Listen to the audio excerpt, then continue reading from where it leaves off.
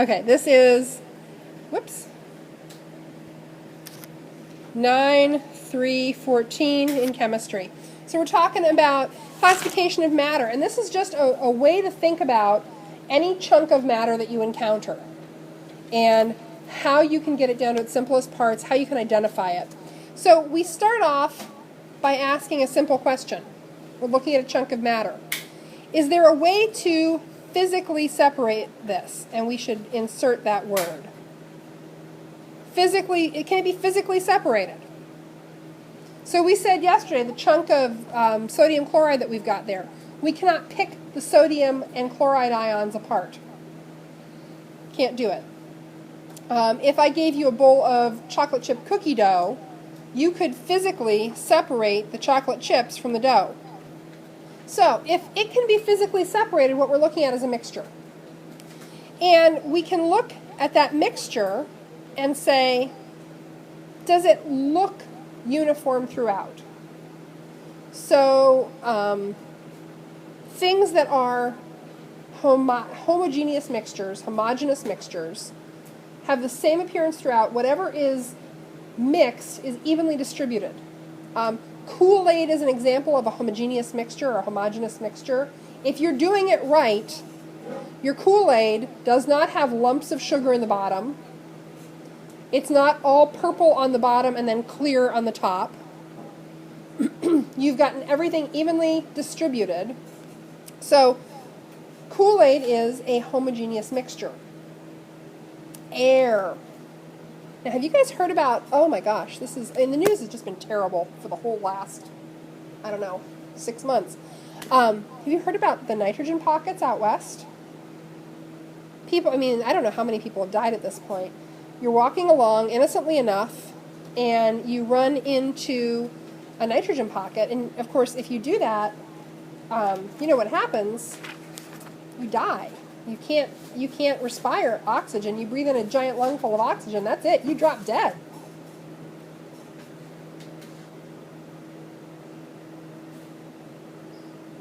You've all heard about this in the news, I assume? Really? You'd think they'd give more coverage to something like that, wouldn't you?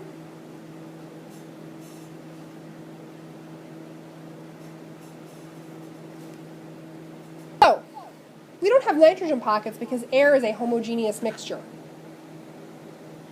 The atmosphere around you is comprised of, 72, 75% nitrogen, 20-some% oxygen, descending percentages of CO2, CO.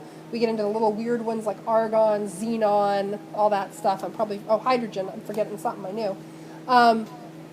But it's evenly distributed. So when you take in a big lung full of air, you're taking in a mixture of those gases.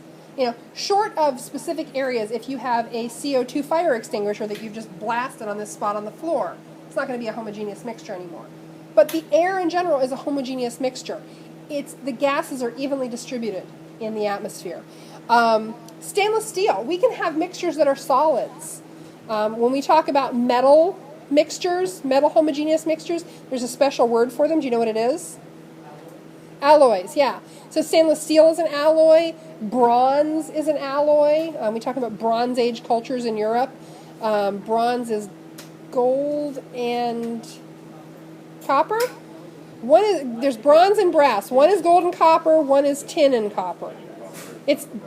Bronze is tin and copper. Okay, I always get them mixed up. But anyway, so those are homogeneous mixtures. If you look at a piece of brass candle holders, were a big thing in my childhood. You can't see chunks of the different metals. They're evenly distributed in one another. That's a homogeneous mixture.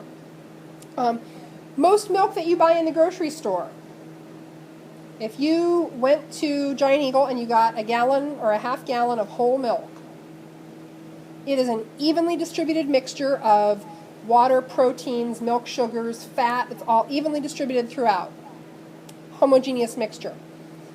In a heterogeneous mixture, things are not evenly distributed. So I've got a nice chunk here of pegmatic granite, and I will take a picture So granite, often, like this pegmatic granite, is not a homogeneous mixture. Your blood is not a homogeneous mixture. There are areas of your blood that are oxygen-rich, areas that are oxygen-poor. Areas of your blood that are, if anybody's in anatomy and physiology concurrent with this, you've been doing some anatomy chem, areas of your blood that are carrying neurotransmitters or hormones or other kinds of signaling chemicals. Your cellular activity depends on imbalances in cytoplasm, in ion gradients. So inside your body, you're completely heterogeneous. You can get heterogeneous milk. Do you know that? Okay, so we have lots of heterogeneous mixtures around us. Well, what if the thing that we're looking at cannot be physically separated? So we've talked about mixtures. Now let's talk about pure substances. When we look at a pure substance, the first question we ask is, can we decompose this by chemical means? And that's not always something that's obvious to the naked eye. We have to know a little bit about what we're looking at. If we look at this chunk of sodium chloride, we know that this is a chunk of sodium chloride. I told you we could perform chemical tests on it. We can't pick apart the sodium and chloride atoms, but can we chemically separate them? Yeah, we can. Water is another thing that we talk about a lot. So we sometimes describe water as Mickey Mouse because we've got this nice big oxygen atom and these two little hydrogen ears. So it looks like Mickey Mouse. It's a handy metaphor. There's our hydrogen. There's our oxygen.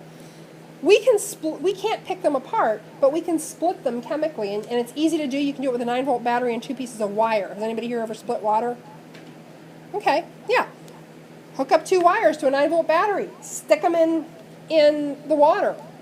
You'll see little bubbles coming off the 2 wires. What's coming off one bubble, Tarek?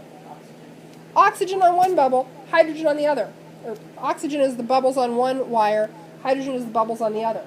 You've chemically separated them. You've used an electrical current to split that molecule. That's a compound. For things that are compounds, like salt, like water, our friend H2O, you will never find an atom of salt. You will never find an atom of water. You know this. This is pretty basic, but we gotta hit it. The things that we find single atoms of are the elements. And somewhere in your book, if you don't have a rebind, it's in the front cover. If you do, it's somewhere in chapter 4. If it's not on the periodic table, it's not an element. So if we look at something and say, we can't decompose this chemically, we can't react it and break it apart, we can't send an electrical current through it and split it, it's an element. And those are things that even when we have a single atom of them, they still have the same properties. So this aluminum here, I can tear off pieces of aluminum foil, and I can keep ripping them until I'm down to, theoretically, a single atom. That's all this is. It's a big sheet of aluminum atoms smashed flat, because metals tend to be malleable. So that's the breakdown of matter and distinguishing what's what. We are going to postpone a couple slides in favor of some things that I want to address with you before this lab, because we don't have the option of pushing the lab back to Friday, because we don't have time on Friday. So we are going to skip pure substance.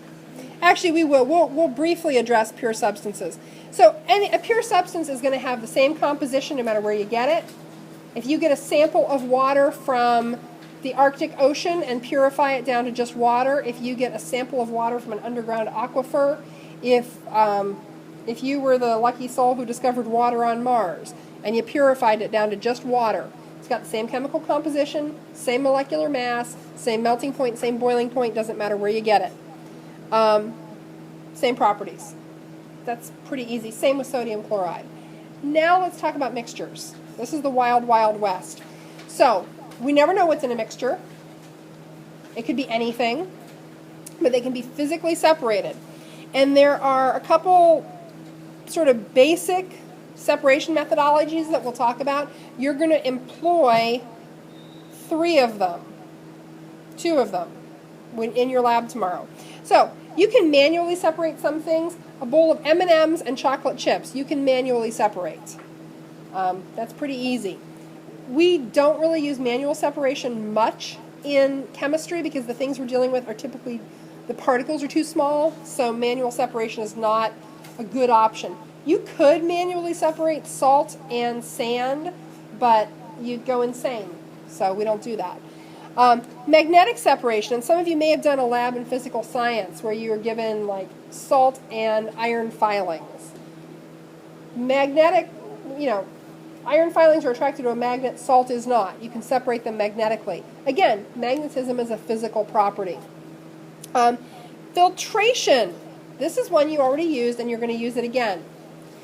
So filtration works because there are differences in solubility.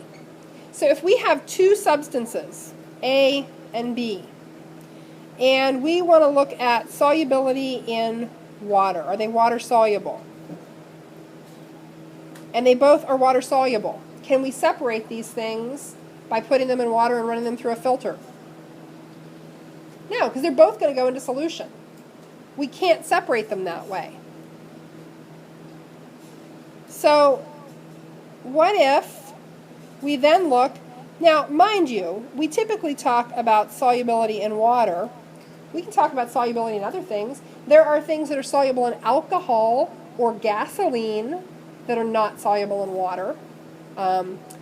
Grease is very soluble in organic chemicals like gasolines. It's not soluble in water. So if you've ever, repacked wheel bearings, to get the old grease out of the wheel bearings, you're not supposed to do this, but this is what I grew up doing. You stick them in a thing of gasoline and you swish them around and you swish them around and you swish them around until all the old grease comes out in solution. Grease is not soluble in water, you may have noticed. So, what if we look at A and B and we find that A is soluble in alcohol, B is not soluble in alcohol? Do we have a way to separate these things based on solubility? Yeah, except we can't use water. We have to use an alcohol solution. And then we're going to put them in alcohol, get A to dissolve, run it through a filter, B will be left in the filter, A will be down below, and now we've got a mixture of alcohol and substance A. Is there a way to separate those two things? How did you separate? What did you have in your beakers in the lab? A mixture of salt and what? Water. Is there a way to separate those? Yeah, you heat them. And you're doing that based on a difference in the heat of vaporization. Salt takes, oh my goodness, we'll just say a bazillion degrees Celsius to vaporize. I mean, it takes 800 Celsius to melt it. I don't even know what it takes to vaporize it. A lot. Water vaporizes at a very handy what? 100 Celsius. Yeah. So we have a difference in the heat of vaporization. We can heat it up to 101, 100. That will drive off the water. Alcohol vaporizes at something in the 90s, I think. It's a little bit lower than water. So we can heat it up to, a degree above that, and presto, we've got a way to separate them. So those last two are the big ones that you're going to use in the lab tomorrow. With that, let's discuss the lab. So we've got three imaginary substances you've been given, all mixed up, A, B, and C, and we're going to look at their solubility in water and their vaporization point. And let's say that A and B are soluble in water, C is not.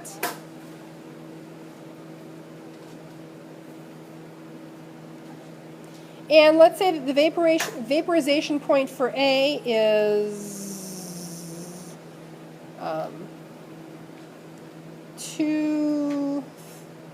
200 Celsius. For B, it's 90 Celsius. And for C, it's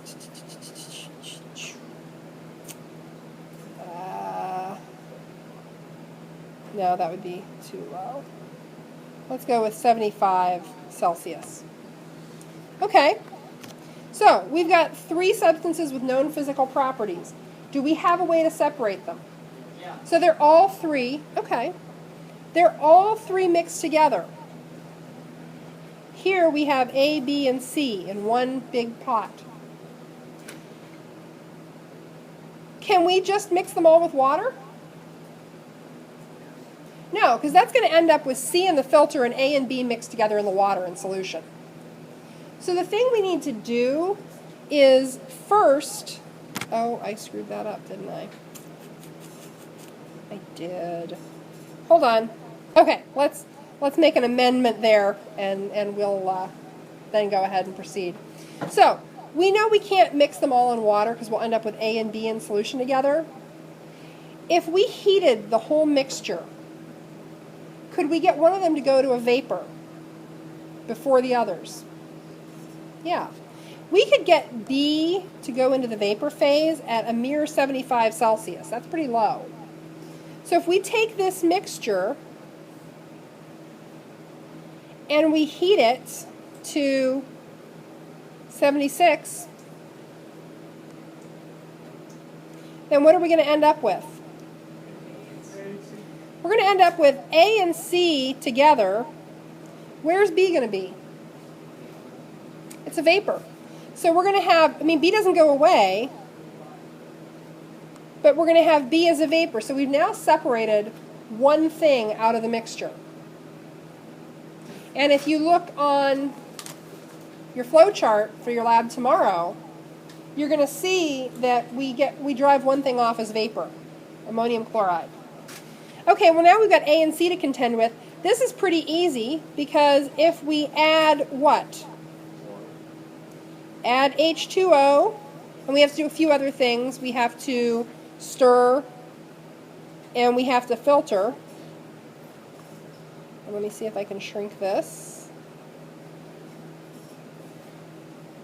Nope, I don't want to go that far.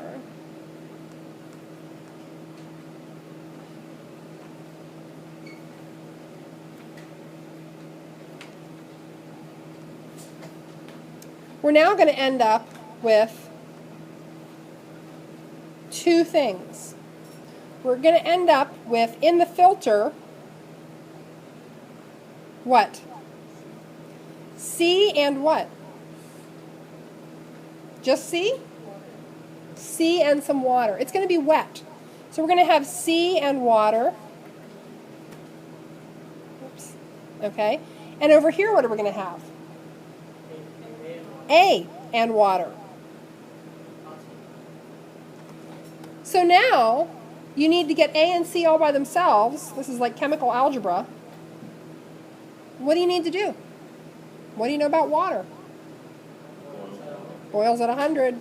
So if we heat to 101, heat to 101 Celsius, we now have C and water vapor.